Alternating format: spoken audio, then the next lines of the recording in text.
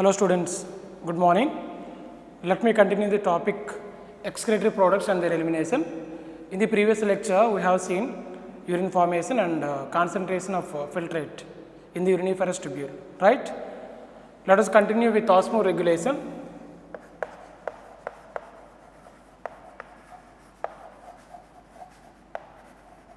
Osmoregulation. You know, there are two important solutes. One is urea and second one is sodium chloride. These two solutes are used to maintain concentration gradient in the medullary interstitium, right? You know, DCT, collecting duct, DCT and collecting duct concentrate the urine, DCT and collecting duct, you know, these are the, DCT is the part of the nephron, but collecting duct is the cluster of DCTs of many nephrons. Okay, so the DCT and collecting duct concentrate the urine about 4 times,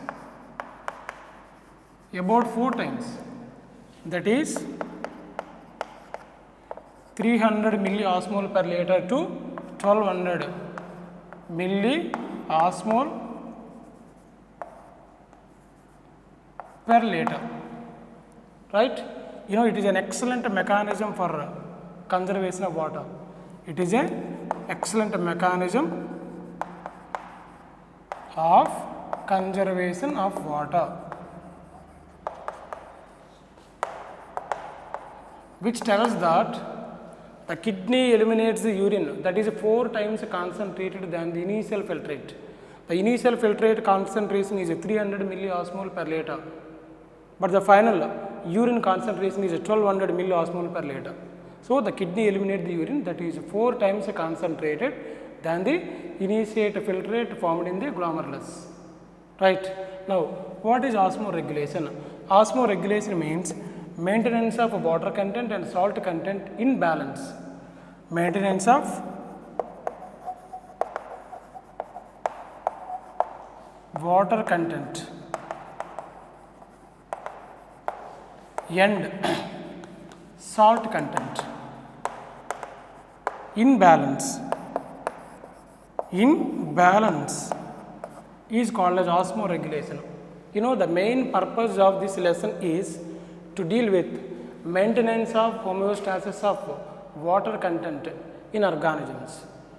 The main concern to deal with is maintenance of the homeostasis of water in the organism's body, right? That is the main purpose of this lesson, maintenance of the water content of the body, right? Next, actually the maintenance of water content and salt content in urine is done by excretory organs.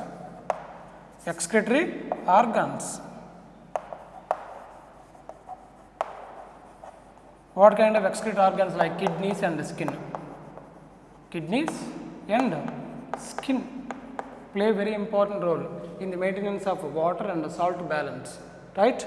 But this kind of maintenance is generally takes place by the involvement of certain hormones like ADH, antidiuretic hormone, aldosterone and angiotensin II.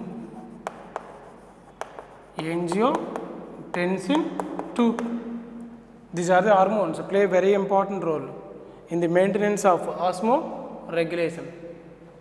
Now we are going to discuss about regulation of kidney activities. Regulation of kidney activities. How the kidney activities are regulated? You know, kidney functions are monitored and regulated by the hormonal feedback control mechanism. Hormonal feedback control mechanism, very important point. Hormonal feedback control mechanism regulating and monitoring the kidney activities constantly. Right? What kind of hormones? ADH, antidiuretic hormone. Next, JGA apparatus, juxtaglomerular apparatus. I will tell you later what is juxtaglomerular apparatus. And to some extent, heart also. Heart, JGA apparatus and ADH. So, kidney activities are regulated and monitored constantly by the hormonal feedback control mechanism with the involvement of certain hormones like ADH and JGA apparatus and heart. To some extent heart, right? Come to osmoreceptors. Osmoreceptors are located in the body. Osmoreceptors are located in the body. They monitor changes in the solute concentration. Changes in solute concentration. Okay? So, these osmoreceptors present in the body are activated due to the changes in the blood volume and the salt concentration. These are activated when there is a change, in blood volume and salt concentration. When there is a disturbance in the salt concentration, when there is a change in the blood volume, these osmoreceptors are activated. Right? Then these osmoreceptors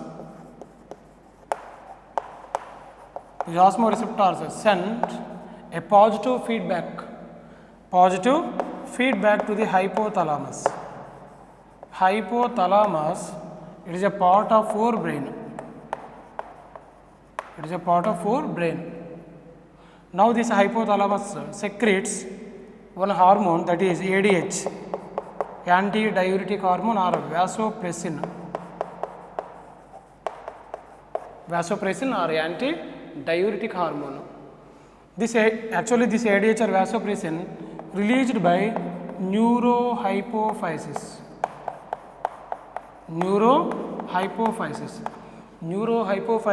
is a part of a pituitary gland. It is a part of pituitary gland.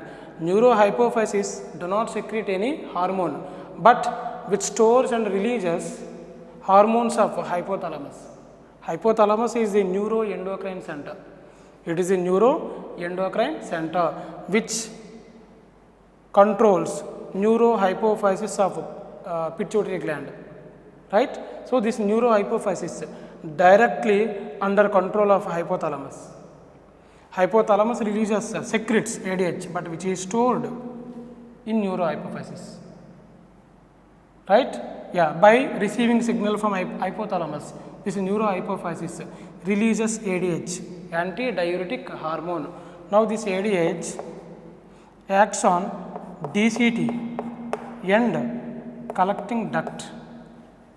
These are the parts of nephron we have discussed previously, DCT and collecting duct, and promotes facultative reabsorption.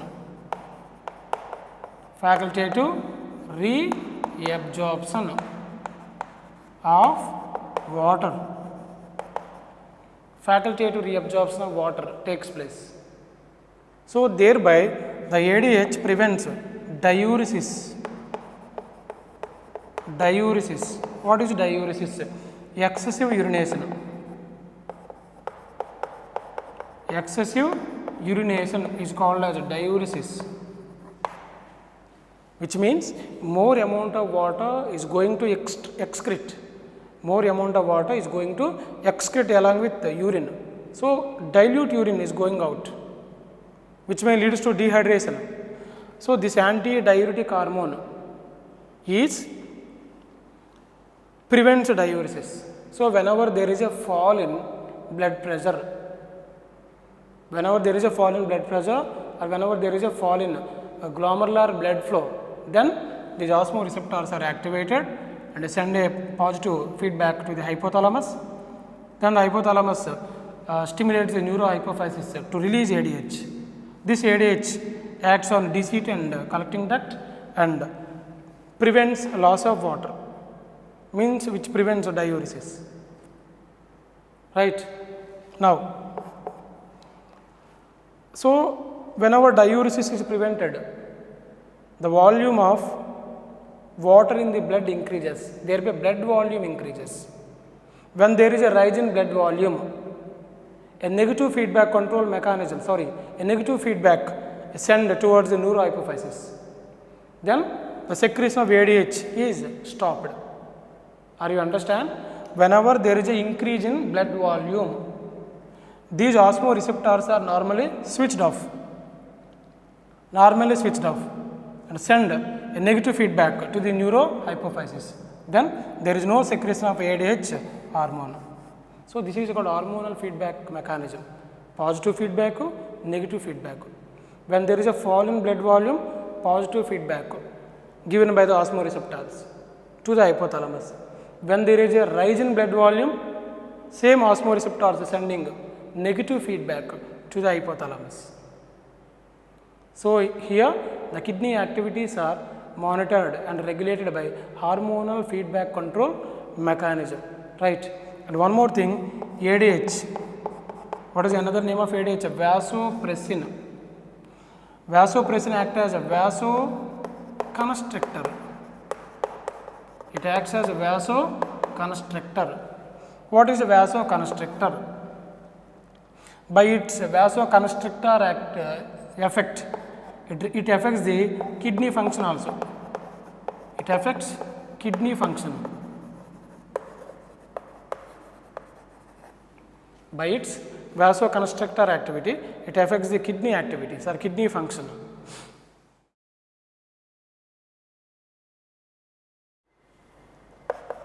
So ADH hormone acts as vasoconstrictor. What is vasoconstrictor? You know, it decreases the diameter of blood vessels. Here more diameter is there. Now this is the diameter. It constricts the blood vessels. Thereby the amount of blood pumped to the tissues decreases. The amount of blood pumped to the tissues decreases by its constrictor effect, but the amount of blood pumped to the glomerulus increases. So whenever the blood vessels going to the tissues are constricted, the volume of blood in the blood vessels increases. The volume of blood in the blood vessels increases. Blood volume increases in the blood vessels. When blood volume increases, automatically blood pressure increases. When blood pressure increases, the amount of blood pumped to the glomerulus increases. The amount of blood pumped to the glomerulus increases. Now thereby the glomerular filtration rate increases. See, whenever the ADH hormone is released, you have to find that first the ADH is released when there is a fall in blood volume. When there is a fall in blood volume, automatically BP decreases, blood pressure decreases. But this ADH hormone acts as a vasoconstrictor, which constricts the blood vessels, which pumping blood to the tissues. Now the amount of blood enters into the tissues, it decreases. So there is a more blood in the blood vessels. Blood volume increases in the blood vessel. Then BP increases. Then amount of blood pumped to the glomerulus increases. Thereby glomerular filtration rate increases. Glomerular filtration rate is increases by the constrictor effect of ADH. Thereby the ADH can affect kidney functions. I think you understand. Deficiency of ADH. Deficiency of ADH, antidiuretic hormone, leads to a disorder that is called as a diabetes insipidus. Diabetes insipidus. But this is different from diabetes mellitus. Diabetes mellitus is sugar disease. but this is different from that. So, diabetes insipidus occurs due to deficiency of ADH hormone, right. Whenever there is a defect in osmoreceptors or whenever there is a defect in ADH receptors, this ADH hormone is not secreted properly, then the amount of urine excretion increases. The amount of urine excretion increases. You know, in this condition, a person is going to excrete 15 liters of urine per day. 15 liters of urine per day, 15 liters. In previous lecture, we have studied a healthy person or a healthy individual excrete just 1 to 1.5 liters of urine per day. Do you know? A healthy person excretes just 1 to 1.5 liters of urine per day, but a diseased person excretes 15 liters of urine per day. It leads to, you know, the excretion of more amount of urine is called as a polyuria. Polyuria. What is polyuria? Excretion of more amount of dilute urine. Excretion of more amount of dilute urine. It is one case, and second case is polydipsia. Polydipsia means excessive thirst. Excessive thirst. Excessive thirst. Because you know there is a dehydration. More amount of water from the body is going to excrete. So a person feels dehydration. So polydipsia, polyuria. These are the two conditions associated with diabetes insipidus, which is a metabolic disorder, occurs due to kidney function, failure of kidney function, due to the deficiency of one hormone. What is that? ADH, anti-diuretic hormone.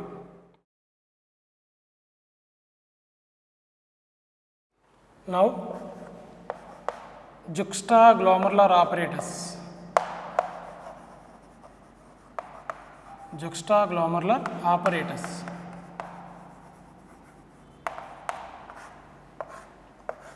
JGA apparatus.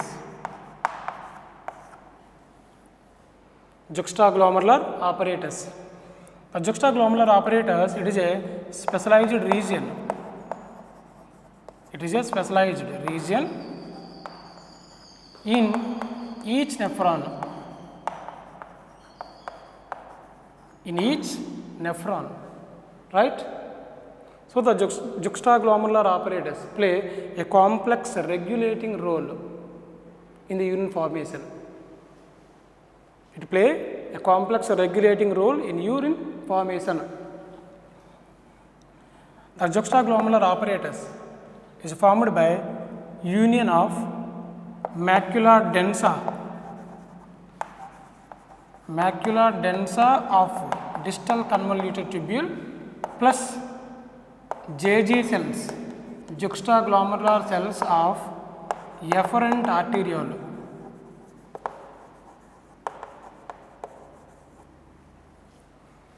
Macula densa of DCT and juxtaglomerular cells of efferent arteriole. You know, the combination of these two structures is named as juxtaglomerular apparatus, right? Yeah, diagrammatically we will discuss this structure.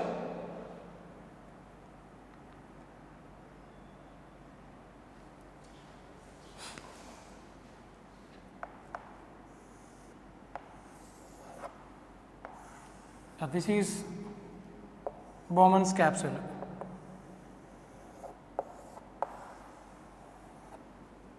The Bowman's capsule is lined by simple squamous epithelium.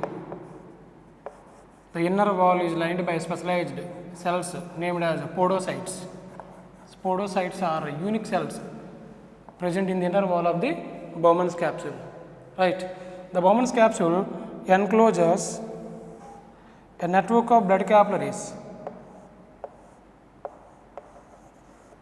A network of blood capillaries named as glomerulus.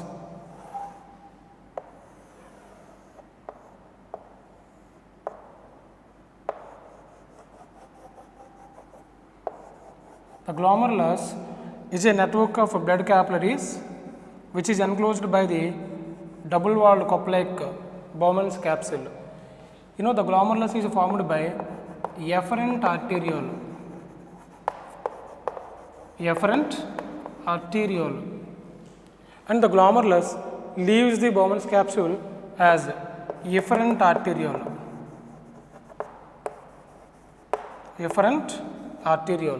Right? Both different arteriole and efferent arteriole are supported by muscle fibers.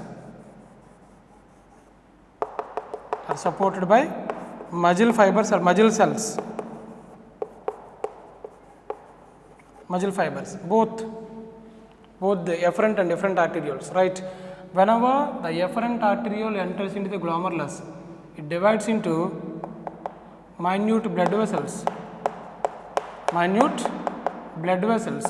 These blood vessels are nothing but capillaries. This capillary network forms the glomerulus. Right? This is glomerulus or glomerular capillary, and this is Bowman's capsule.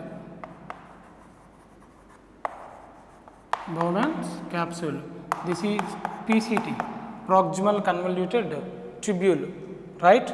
So the efferent arteriole forms a glomerulus. Inside the, what is this? Bowman's capsule. Now, you know, the efferent arteriole lies very close to the DCT. This is DCT.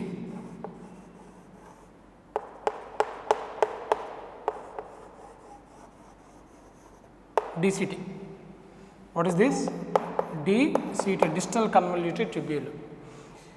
You know, there are specialized modified epithelial cells of DCT. The specialized modified epithelial cells of DCT, which lies very close to the efferent arteriole, is named as, you know, these cells are named as macula densa. Macula densa are the specialized epithelial cells of DCT, which lies very close to the efferent arteriole. You know, the efferent arteriole also lined by muscle cells. You know, these muscle cells are named as juxtaglomerular cells. What? JG cells. What are JG cells? The JG cells are modified smooth muscle fibers. The JG cells are modified smooth muscle fibers of efferent arteriole, but not efferent arteriole. Remember, efferent arteriole not a role in the formation of juxtaglomerular apparatus. The juxtaglomerular apparatus is formed by the macula densa of DCT and juxtaglomerular cells of efferent arteriole. What are juxtaglomerular cells? These are modified smooth muscle fibers,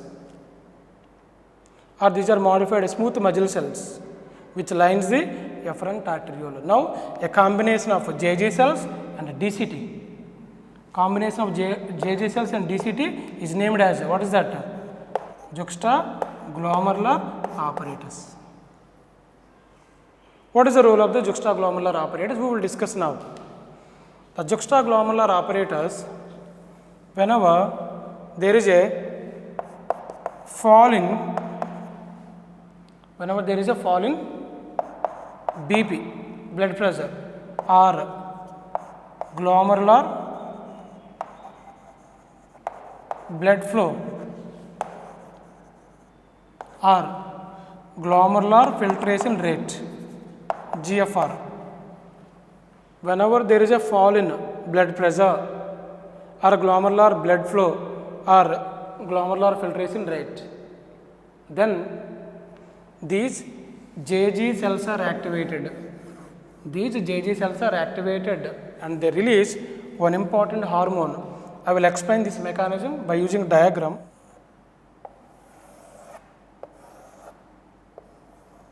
This is a blood vessel.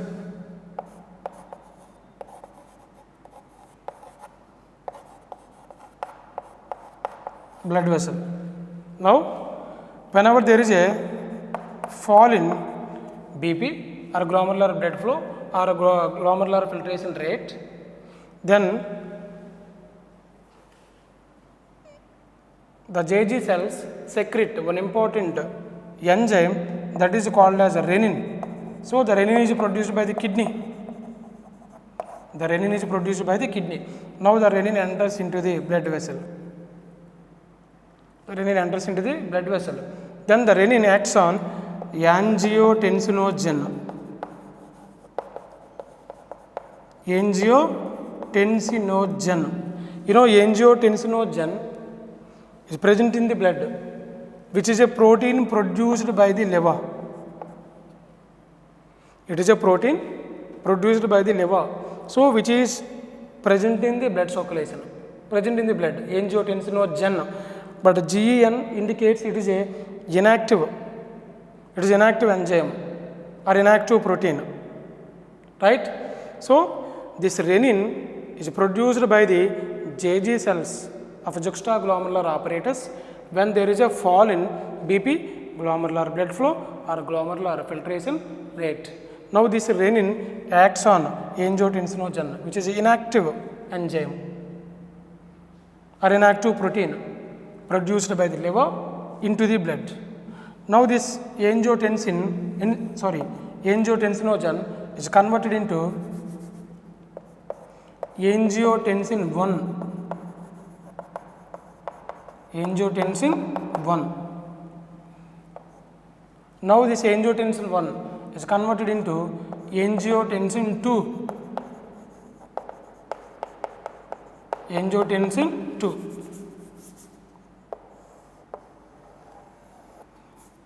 By ACE enzyme, angiotensin converting enzyme, which is secreted by the lungs, released by the lungs.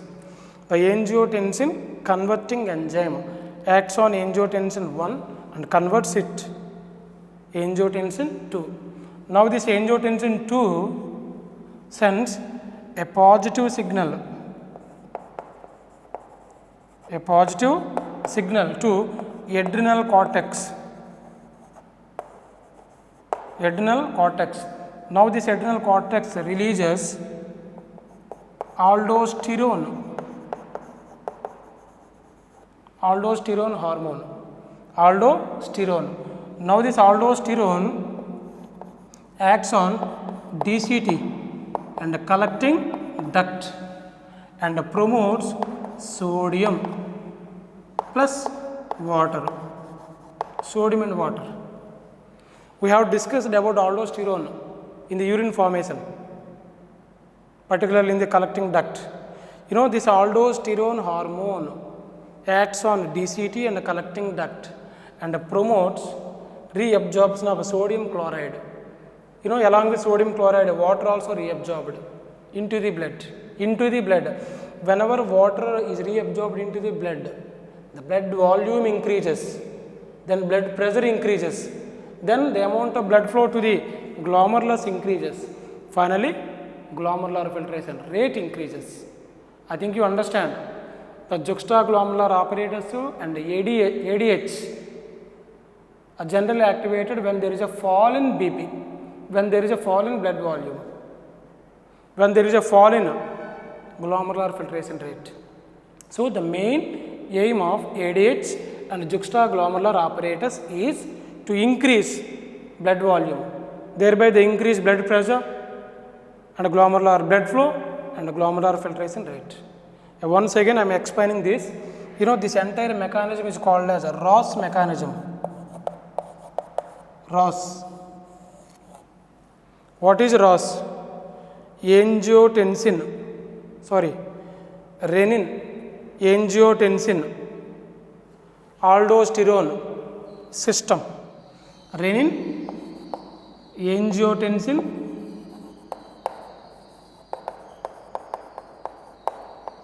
aldosterone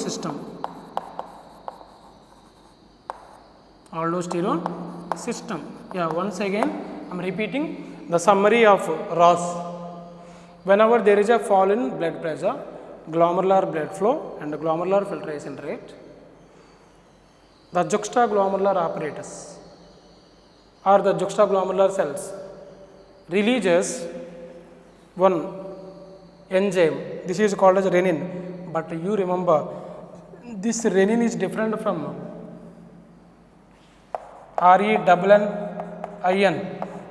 You know, it is the protein digesting enzyme. NNIN.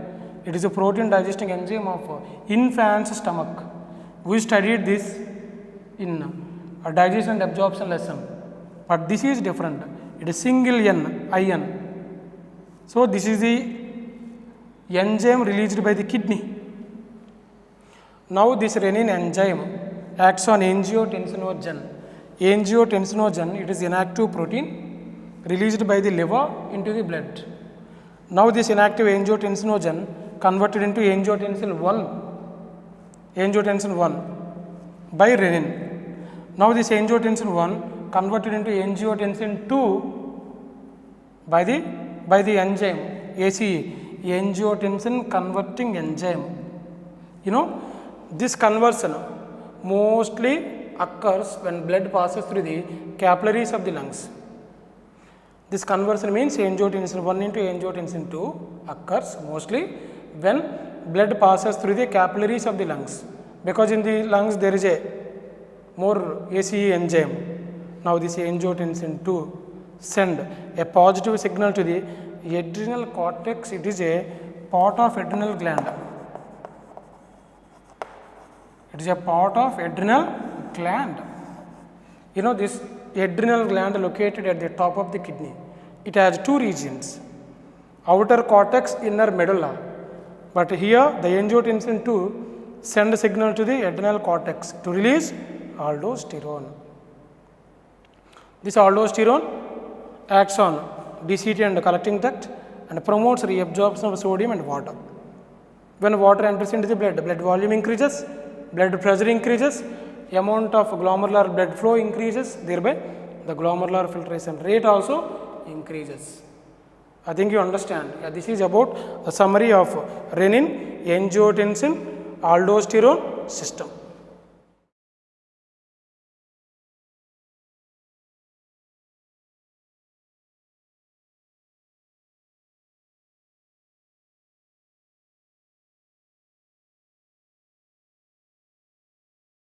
In the beginning I told you, kidney functions are monitored by hormonal feedback mechanism by the involvement of ADH, juxtaglomerular apparatus, and to a certain extent angiotensin 2 is a powerful vasoconstrictor.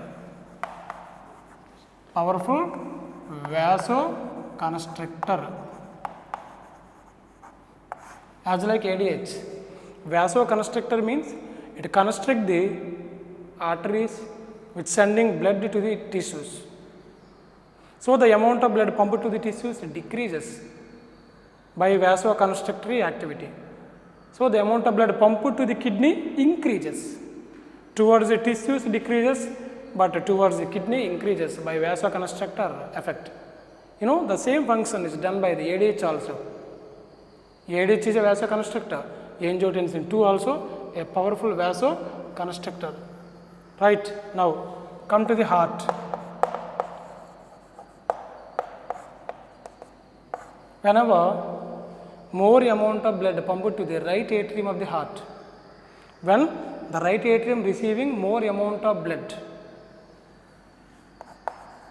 right atrium receives more amount of blood, more blood,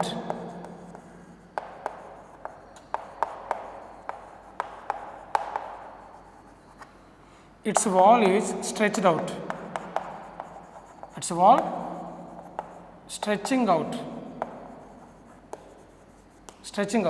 then releases one important hormone, that is atrial natriuretic factor. Atrial natriuretic factor or atrial natriuretic peptide. You know, it is a peptide hormone.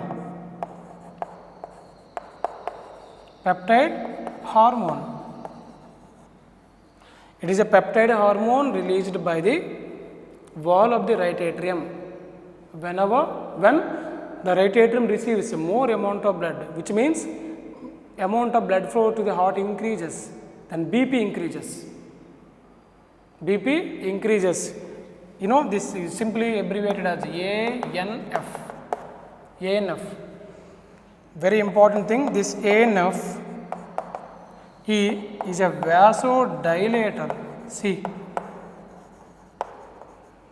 it is not a vasoconstrictor, it is a vasodilator. This ANF is antagonistic. It is antagonistic to ADH and juxtaglomerular apparatus.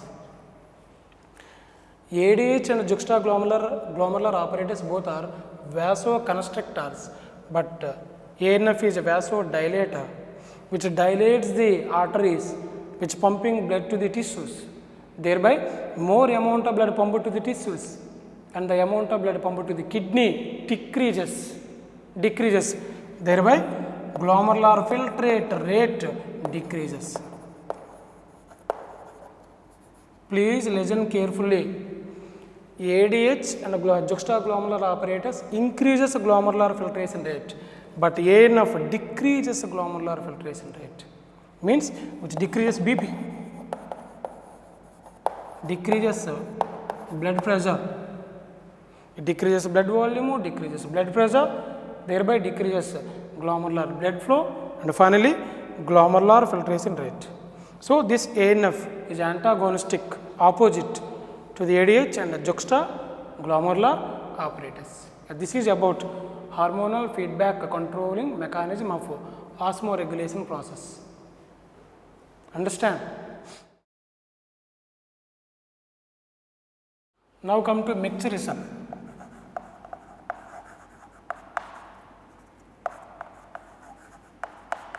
What is micturition? The process of elimination of urine, process of excretion of urine. The process of excretion of urine is called as a micturition, right? The micturition is under the control of central nervous system, CNS, central nervous system. You know, urinary bladder. Urinary bladder is a median sac-like structure which receives and stores urine from the kidney through ureter. So, it is a bag-like structure.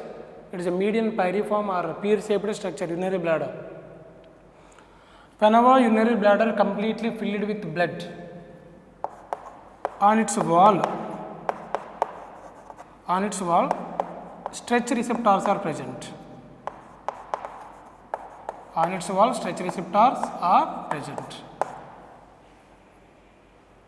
So, whenever it completely gets filled with urine, the stretch receptors are stimulated and they are sending signal to the CNS. Then the central nervous system passes a motor messages to initiate contraction of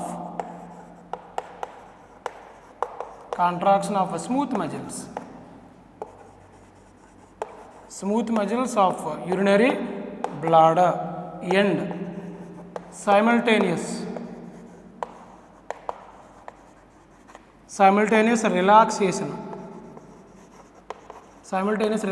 of urethral sphincters, then urination occurs. then urination occurs. You know, the urine is temporarily stored in urinary bladder till it gets a voluntary signal from CNS. Whenever the urinary bladder is completely filled with urine, the stretch receptors located on its wall gets stimulated, and then they send a positive signal to the CNS. Then the CNS understands the stimuli, again passes on motor messages to the urinary bladder to initiate the contraction of smooth muscles of the urinary bladder and simultaneous relaxation of urethral sphincters, internal urethral sphincter and external urethral sphincter. Whenever the sphincters are relaxed, the urine from the urinary bladder via urethra excreted out. But in adults, the urination is a voluntary process, but in infants, it is involuntary process. Remember, in adults, urination or micturition is a voluntary process, but in infants, it is an involuntary process. So, the process of excretion of urine is named as micturition. And the neural mechanism, this is neural mechanism, no? The neural mechanism involved in the process of micturition is called as a micturition reflex. Micturition reflex. What is micturition reflex? The neural mechanism involved in the micturition process is a micturition reflex, right? On an average, the urinary bladder can store 700 to 800 ml of urine. On an average, urinary bladder can store 700 to 800 ml of urine.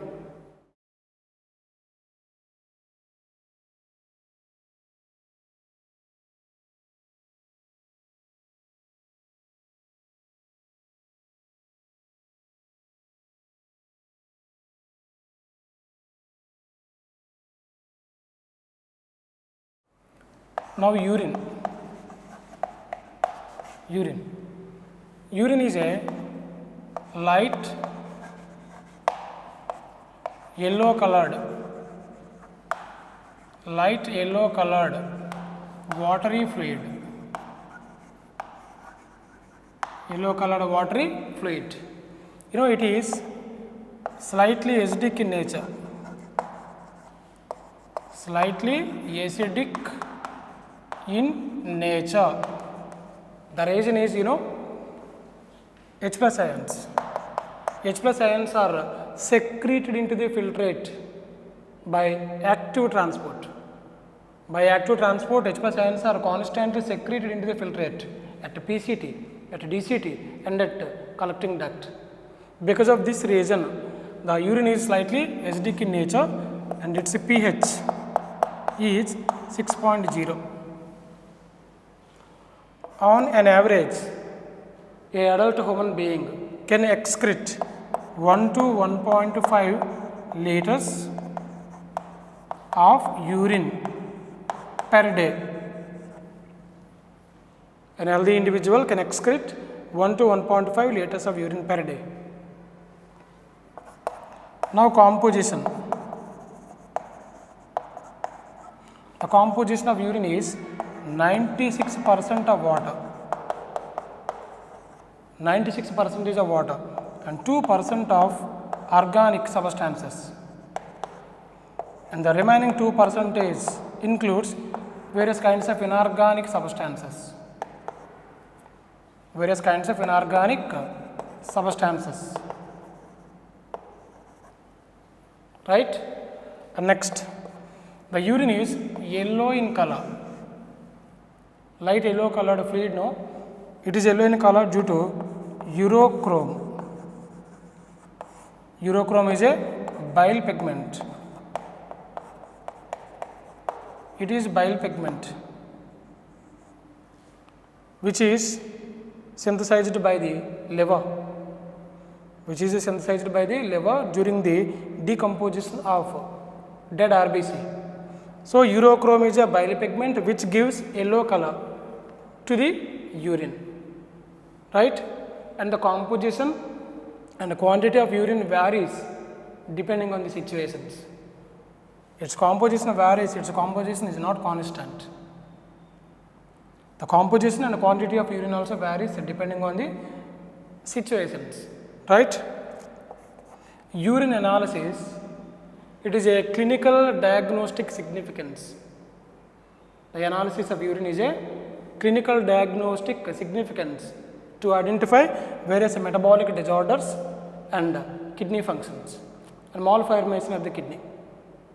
The urine analysis is a clinical diagnostic significance to detect metabolic disorders and malfunctioning of the kidney, right? For example, there are some abnormal constituents in urine. Abnormal constituents in urine.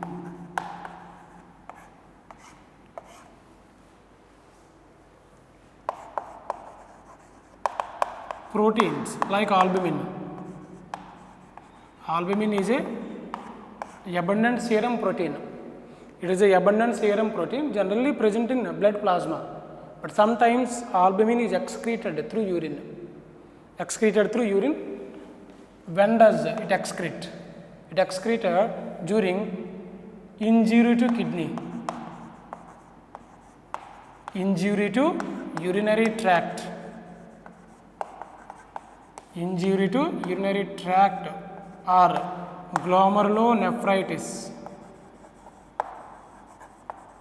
Glomerulonephritis. What is a glomerulonephritis? Inflammation of glomerulus. Inflammation means swelling, abnormal swelling, painful, a reddish area, a reddened area. Inflammation of glomerulus is glomerulonephritis, or whenever there is injury to urinary tract. Abnormally, the albumin is excreted through urine. So, the presence of albumin in the urine is a abnormal thing. It is not a normal thing, abnormal thing. Second case, excretion of urea, the presence of glucose in urine.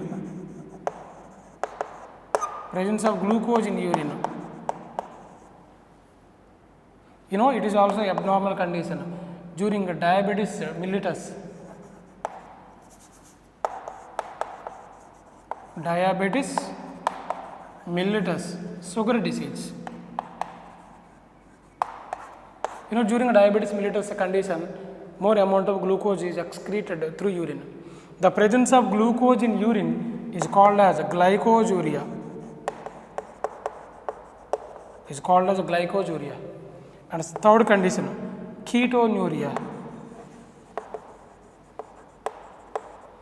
What is ketonuria? Presence of ketone bodies. Presence of ketone bodies in urine. Presence of ketone bodies in urine. What are ketone bodies? You know, acetoacetic acid. Acetoacetic acid and